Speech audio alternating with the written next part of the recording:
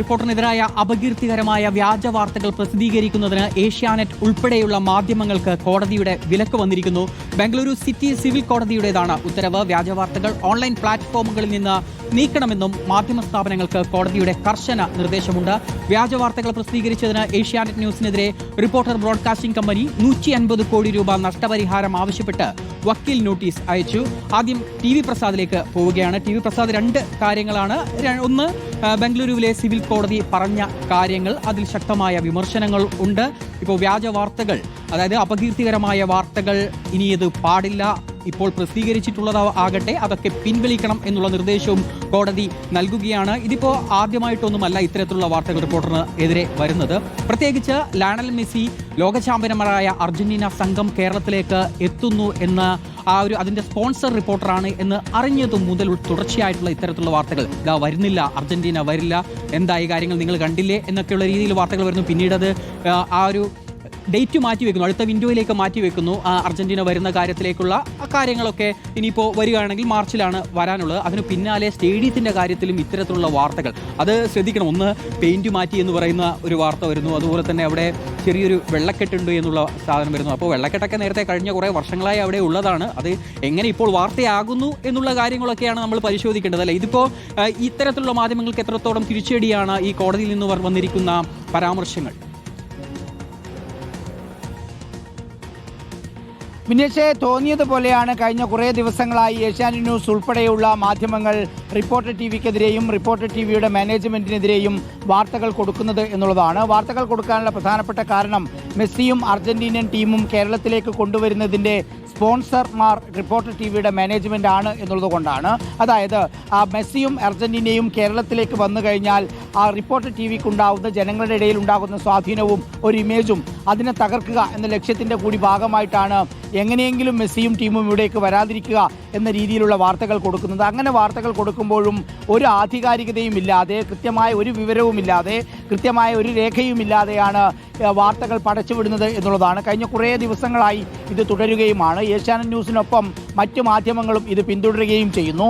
ഈ പശ്ചാത്തലത്തിലാണ് നിയമ നടപടിയിലേക്ക് റിപ്പോർട്ടർ TV പോവുകയും ചെയ്ത് റിപ്പോർട്ടർ TVക്കെതിരെ ഇങ്ങനെ വ്യാജ പ്രചരണങ്ങൾ നടത്തിയ ഈ വാർത്തകൾ സോഷ്യൽ മീഡിയ ഹാൻഡിലുകളിൽ നിന്ന് നീക്കം ചെയ്യാനുള്ള നിർദ്ദേശവും കോടതിയിൽ നിന്ന് വന്നിട്ടുണ്ട്. അത് ഫേസ്ബുക്ക്, അതുപോലെ ഇൻസ്റ്റഗ്രാം തുടങ്ങിയ പേജുകൾ കൂടാതെ അവരുടെ മാതൃസ്ഥാപനമായ മെറ്റയ്ക്കും അതുപോലെ തന്നെ ഗൂഗിളിൻ്റെ മാതൃസ്ഥാപനമായ യൂട്യൂബിൻ്റെ മാതൃസ്ഥാപനമായ ഗൂഗിളിനും ഉൾപ്പെടെയുള്ളവയ്ക്കാണ് ഇതിനകം തന്നെ ആ നിർദ്ദേശം നൽകിയിരിക്കുന്നത്. സ്വാഭാവികമായി ഇനി അത്തരം വ്യാജ വാർത്തകൾ അല്ലെങ്കിൽ വ്യാജ പ്രചരണങ്ങൾ റിപ്പോർട്ടർ TVക്കെതിരെയും റിപ്പോർട്ടർ TV മാനേജ്മെൻറ്റിനെതിരെയും ഉണ്ടാകാൻ പാടില്ല എന്നുള്ള നിർദ്ദേശമാണ് കോടതിയിൽ നിന്ന് ഉണ്ടായത്. അതുകൂടാതെ ഏഷ്യാനെറ്റ് ന്യൂസിനെതിരെ 150 കോടി രൂപയുടെ മാനനഷ്ട കേസാണ് റിപ്പോർട്ടർ TV ഫയൽ ചെയ്തിരിക്കുന്നത്. മാത്രമല്ല, ഏഷ്യാനെറ്റ് ന്യൂസിൻ്റെ ഉടമയും BJP സംസ്ഥാന അധ്യക്ഷനുമായ രാജീവ് ചന്ദ്രശേഖറിനും 150 കോടി രൂപയുടെ മാനനഷ്ട നോട്ടീസ് നൽകിയിട്ടുണ്ട് ഇതിനകം തന്നെ. നേരത്തെ നമ്മൾ കണ്ടതുപോലെ കഴിഞ്ഞ കുറേ നാളുകളായി ഇതിങ്ങനെ തുടർന്നു കൊണ്ടിരിക്കുകയാണ്. ഒരു ആധികാരികതയും ഇല്ലാത്ത കാര്യങ്ങളാണ് വിളിച്ചു പറഞ്ഞുകൊണ്ടിരിക്കുന്നത്. നമുക്കറിയാവുന്നതുപോലെ 20-25 വർഷങ്ങൾക്ക് ശേഷം ഒന്നാം സ്ഥാനത്തെത്തിയ ചാനലിന് വെറും ഒരു വർഷം കൊണ്ട് ഒന്നാം സ്ഥാനത്തേക്ക് കുതിച്ച റിപ്പോർട്ടർ TVയുടെ വളർച്ച അത് വല്ലാതെ അലോസരപ്പെടുത്തുന്നതായിരുന്നു. അതിൻ്റെ ഭാഗമായിട്ട് തന്നെയാണ് ഇങ്ങനൊരു നീക്കം, അത് പ്രത്യേകിച്ച് ഏഷ്യാനെറ്റ് ന്യൂസിൻ്റെ ഭാഗമായി ഉണ്ടാകുന്നത് എന്നുള്ളതാണ്.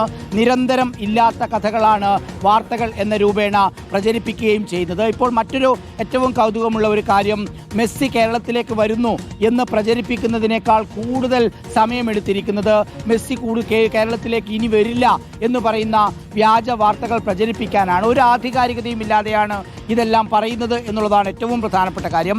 ഇതിൽ സ്പോൺസറും അതുപോലെ തന്നെ ഗവൺമെൻറ്റും രണ്ടുപേരും കൂടി ചേർന്നുള്ളതാണെങ്കിൽ പോലും ആക്രമണം മുഴുവനായി സ്പോൺസറുടെ നേരെ വരുന്നു എന്നതാണ്. സർക്കാരിൻ്റെ ഒരു സ്പോൺസർ എന്ന രീതിയിലാണ് റിപ്പോർട്ടർ ബ്രോഡ്കാസ്റ്റിംഗ് കമ്പനി ഇതിൻ്റെ കൂടെ നിൽക്കുന്നത്. പക്ഷേ സ്പോൺസർമാർക്കെതിരെ മാത്രം ഈ രീതിയിലുള്ള വാർത്തകൾ വരുന്നു. വാർത്തകളാണെങ്കിൽ മിക്ക വാർത്തകളും പൂർണ്ണമായും വ്യാജ വാർത്തകളാണ്. അത് അപകീർത്തി സ്വഭാവമുള്ളതാണ്. അതുകൊണ്ടാണ് ഇപ്പോൾ നിയമ നടപടിയിലേക്ക് വിടുമ്പോൾ നമ്മൾ ശ്രദ്ധിക്കേണ്ടത് ഇവർ കൊടുക്കുന്ന വാർത്തകൾ അത് ഏത് രീതിയിലാണ് ബാധിക്കുന്നത് എന്ന് കൂടി നോക്കട്ടെ. ഇപ്പോൾ ലയണൽ മെസ്സി, അതുപോലെ തന്നെ ലോക ചാമ്പ്യന്മാരായ അർജന്റീന, അവർ കേരളത്തിന്റെ മണ്ണിൽ, മലയാളത്തിന്റെ മണ്ണിൽ വന്ന് കൊച്ചിയിൽ വന്ന് പന്ത് തട്ടുക, അതൊക്കെ ഓരോ ഫുട്ബോൾ ആരാധകർക്കും എത്രത്തോളം ആഗ്രഹമുള്ള കാര്യമാണ്. അത് നമ്മളിങ്ങനെ കാത്തിരിക്കുന്ന ഒരു വിഷയമാണല്ലോ. ഇതിപ്പോൾ ഇത്തരത്തിലുള്ള വാർത്തകൾ അത് എന്തിനാണ് ശരിക്കും ഉപകരിക്കുന്നത് എന്ന് കൂടി ആലോചിക്കേണ്ടതല്ലേ? അക്ഷരാർത്ഥത്തിൽ മെസ്സി വരാതിരിക്കുക, അർജന്റീനൻ ടീം വരാതിരിക്കുക എന്നുള്ളത് ഏറ്റവും വലിയ ആവശ്യം അത് ഏഷ്യാനെറ്റ് ന്യൂസിൻ്റെതാണ് എന്നുള്ളതാണ് വാർത്തകൾ നോക്കുമ്പോൾ നമുക്ക് മനസ്സിലാക്കാൻ കഴിയുന്നത്. ഞാൻ നേരത്തെ പറഞ്ഞതുപോലെ വിനേഷ്, മെസ്സിയും അർജന്റീനൻ ടീമും കേരളത്തിൽ വന്നാൽ അതിൻ്റെ സ്പോൺസർ എന്ന രീതിയിൽ റിപ്പോർട്ടർ ടി വിക്ക് കിട്ടാൻ ഇടയുള്ള ഒരു മൈലേജ് അത് ഉണ്ടാവരുത് എന്നുള്ള ഗൂഢലക്ഷ്യമാണ് ഏഷ്യാനെറ്റ് ന്യൂസിനെ സംബന്ധിച്ചിടത്തോളം ഉള്ളത്. മാത്രമല്ല, ഞാൻ നേരത്തെ പറഞ്ഞതുപോലെ വെറും ഒരു വർഷം കൊണ്ട് ഒന്നാമതെത്തിയ ന്യൂസ് ചാനലാണ് റിപ്പോർട്ടർ ടി വി.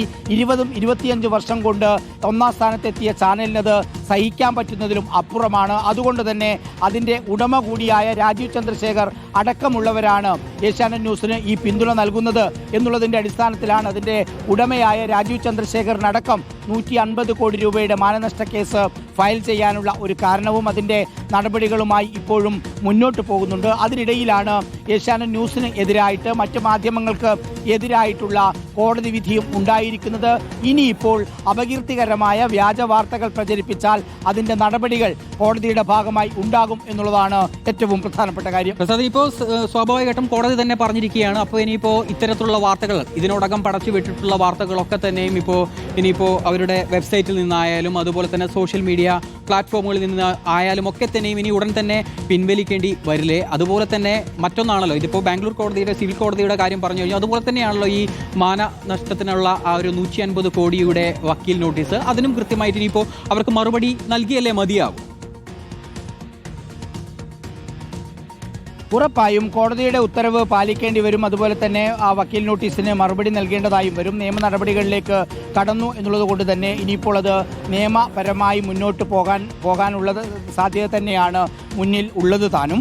എന്തായാലും കഴിഞ്ഞ കുറേ ദിവസങ്ങളായി ഇത് തുടരുന്നു എന്നത് തന്നെയാണ് റിപ്പോർട്ടർ ടി വി ഇങ്ങനെ ഒരു തീരുമാനത്തിലേക്ക് പോകാനുള്ള ഒരു കാരണം. തുടർച്ചയായി ഇങ്ങനെ റിപ്പോർട്ടർ ടി വിക്കെതിരെ വാർത്തകൾ കൊടുക്കുന്ന സമയത്തും റിപ്പോർട്ടർ ടി വി അതിനെതിരെ പ്രതികരിക്കാനോ അതല്ലെങ്കിൽ മറ്റേതെങ്കിലും രീതിയിൽ ഏഷ്യാനെറ്റ് ന്യൂസിനെതിരെയോ മറ്റു മാധ്യമങ്ങൾക്കെതിരെയോ വാർത്ത നൽകാനോ ഒന്നും തയ്യാറായിട്ടില്ല എന്നുള്ളതും ശ്രദ്ധേയമായ ഒരു കാര്യം തന്നെയാണ്. പക്ഷേ മെസ്സി വരുന്നതും അല്ലെങ്കിൽ ഗ്രൗണ്ട് നിർമ്മാണവുമെല്ലാം ആയി ബന്ധപ്പെട്ട് ഉയരുന്ന കാര്യങ്ങൾ, അതിൽ ഒരു ആധികാരികതയും ഇല്ലാത്ത വിവരങ്ങളാണ് ഏഷ്യാനെറ്റ് ന്യൂസും മറ്റ് മാധ്യമങ്ങളും പ്രചരിപ്പിക്കുന്നത്. അതിനെതിരെയാണ് ഇപ്പോൾ കോടതി വിധിയും ഉണ്ടായിരിക്കുന്നത്. അതിനെതിരെയാണ് ഇപ്പോൾ നിയമ നടപടിയും സ്വീകരിച്ചിരിക്കുന്നത് എന്നുള്ളതാണ് വിനേഷ്. ശരി, ടി വി പ്രസാദാണ് തിരുവനന്തപുരത്ത് നിന്ന് വിശദമായ വിവരങ്ങൾ നൽകിയത്.